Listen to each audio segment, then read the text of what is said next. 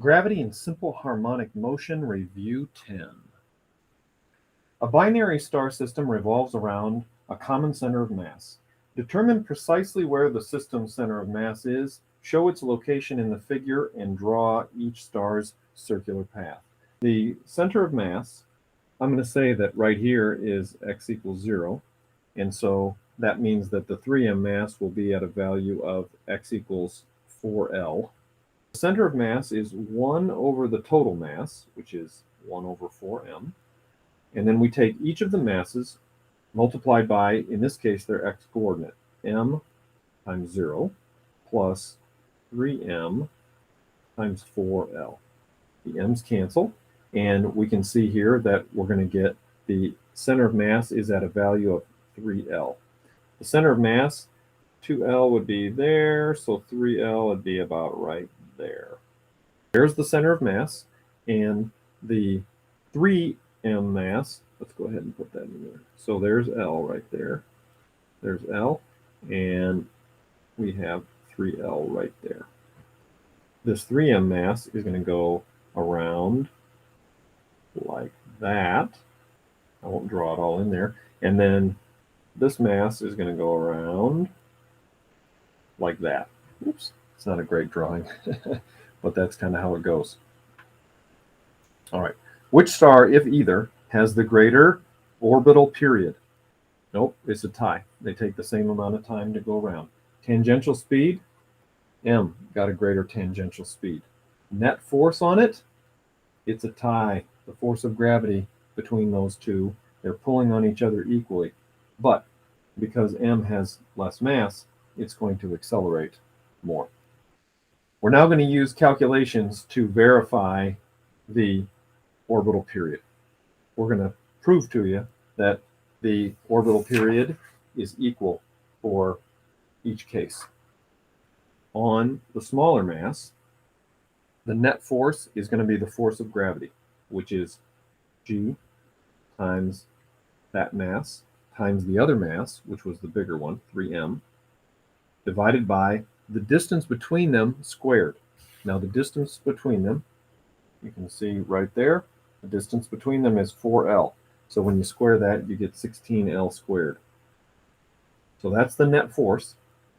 And according to Newton's second law, the net force should equal the mass, we're talking about mass m, times the acceleration of mass m. Well, the centripetal acceleration, this thing is accelerating towards the center of the system, it should be v squared over r. The speed of star m squared divided by its orbital radius. Now look at the picture here. The orbital radius for m is 3L when it goes around in the circle. That's what I'm going to put right there. Now what cancels? I got an m canceling there. I got that L canceling one of these. And if we solve this for the velocity of m, we put the 3 there, we end up taking the square root. So the square root of 9/16 is 3/4. And then the g and the m and the L are still under the radical. Like that. That's the speed of the smaller mass. But another way to represent speed is distance divided by time. Well, the distance that he goes around is 2 pi times the radius of his motion, which we just decided was 3L, divided by the time that m takes to go around. Now, if we solve this for the time that m takes to go around, what do we end up getting? I think these 3's will cancel each other. We're going to end up with 8 pi L, and then when we put that on the other side, we're going to end up with the L on top now, and the G and the M in the denominator like that. That's the time that it takes m to go around. Now, what about the time that it takes 3m? What's the net force on 3m? It's the force of gravity between these two, which is the same as it was before. Big G, m, times the other mass, 3m, divided by the distance between them, which is 4L squared.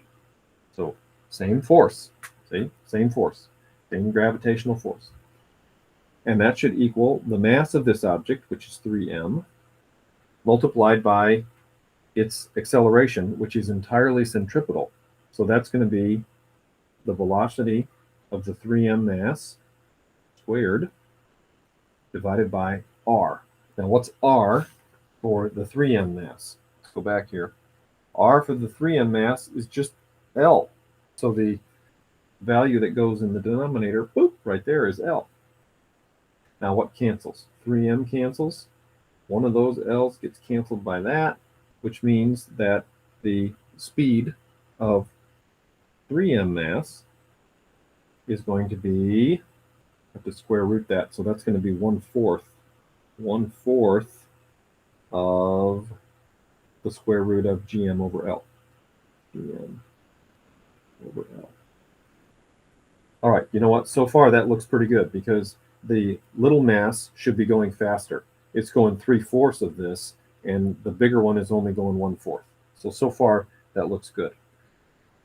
That speed is also equal to distance divided by time. What distance does the big star go through in one go round? It's 2 pi times the radius of its motion, which is L, divided by the time, the 3m mass.